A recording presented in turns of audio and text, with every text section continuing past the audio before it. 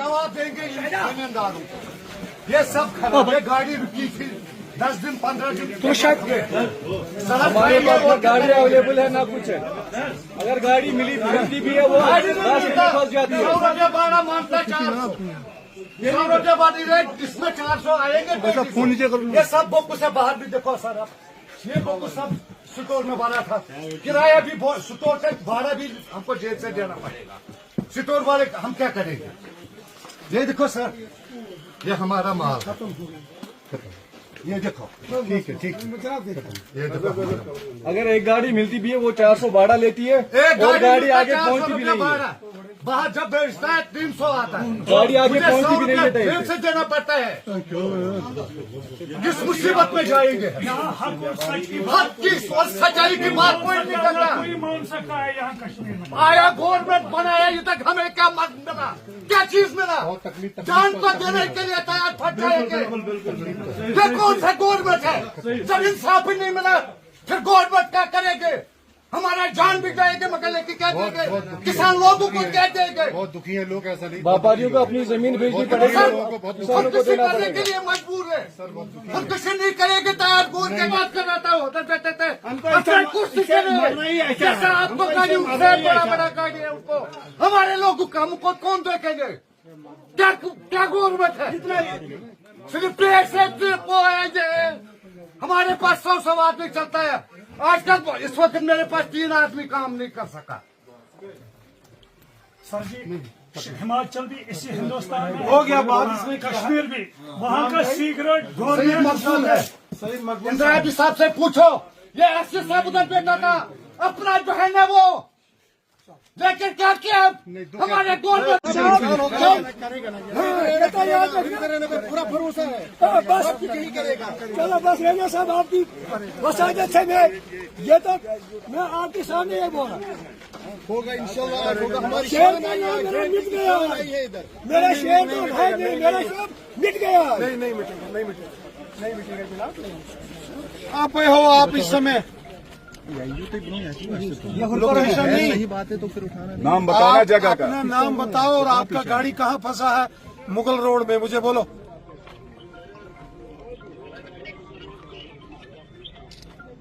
जल्दी मुझे बताओ और क्या मसला है वहाँ की डिटेल बताओ। मैं वहाँ डीसी साहब से बात करता हूँ, पुलिस के एसएसपी साहब से बात करता हूँ।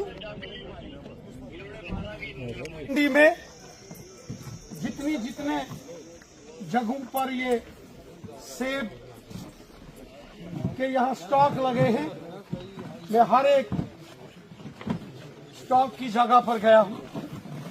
मैंने खुद अपनी आंखों से यहाँ ये जो सेब की पेटियां खोल के देखा है। पुलवामा के अंदर इस समय कम से कम 2 लाख पेटी होगी,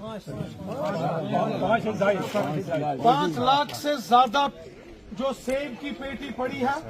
मुझे लगता है कि इसमें 2 से 2.5 लाख सेब शायद खराब हो। जावेद साहब जो फ्रूट मंडी के प्रेसिडेंट साहब हैं, इनकी बातों में आप सबका दर्द है। यहाँ एक वरदान साहब मुझे मिला और एक नजीर साहब शेर साहब है। और मैंने तमाम यहाँ इस पुलवामा मंडी के अंदर जहाँ जहाँ सेब के कारोबारियों के स्टॉल हैं वो तमाम देखे हैं। मैं ईमानदारी से आपको एक बात बताऊं, मेरा दिल जल रहा है जब यहाँ के मैंने हालात देखे हैं। सुनकर और देखकर हालात का जायजा लेने में जमीन और आसमान का फर्क है। शायद श्रीनगर में, जम्मू में या दिल्ली में बैठ के यहाँ के हालात की कशीदगी, यहाँ के लोगों का दर्द, यहाँ के लोगों की मुसीबत, यहाँ के लोगों की जो तकलीफें हैं उनको वहाँ नहीं समझा जा सकता। मुझे बहुत तकलीफ हो रही है जब मैं आज यहाँ पुलवामा की फ्रूट मंडी में आया और यहाँ गमज़दा लोगों की आंखों में आंसू और चेहरों पर मायूसी देखी। मुझे बहुत तकलीफ हुई है। यहाँ के प्रेसिडेंट जावेद साहब ने तमाम आपके मसाइल हमारे सामने रखे हैं। मैं कल सोपोर की फ्रूट मंडी में गया था, कुपवाड़ा गया था, आज आपके यहाँ आया हूँ, इसके बाद शुपियान जाने वाला हूँ। यहाँ के हालात दिन ब दिन बद से बदतर होते जा रहे हैं। इसमें कोई दो राय नहीं कि कुदरत का कहर जो पिछले दिनों भारी बारिश, सैलाब और लैंडस्लाइड हुआ, उसके बाद उधमपुर के नजदीक नेशनल हाईवे बह गया, रामबन के पास, जिनका सेब इस साल मंडियों में पड़ा तबाह बर्बाद हो गया है, उनकी मदद की अशद जरूरत है, उनको मदद होनी चाहिए। दूसरी बात, चूंकि ये सारे काश्तकार हैं, किसान हैं, और किसान गरीब किसान है, और लोन लेके बैंकों से केसीसी लोन जो इन्होंने लिया है, इस साल का केसीसी लोन सरकार को माफ करना चाहिए, जिनका बहुत बड़ा नुकसान हुआ।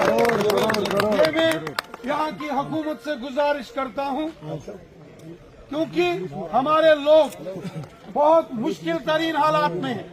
मैंने पहले कहा, जम्मू में बैठ के, श्रीनगर या दिल्ली में बैठ के यहाँ के हालात का जायजा, हकीकत यहाँ नहीं, हम जो ग्राउंड रिपोर्ट है उसका जायजा नहीं ले सकते दिल्ली में या जम्मू में या श्रीनगर में बैठ के।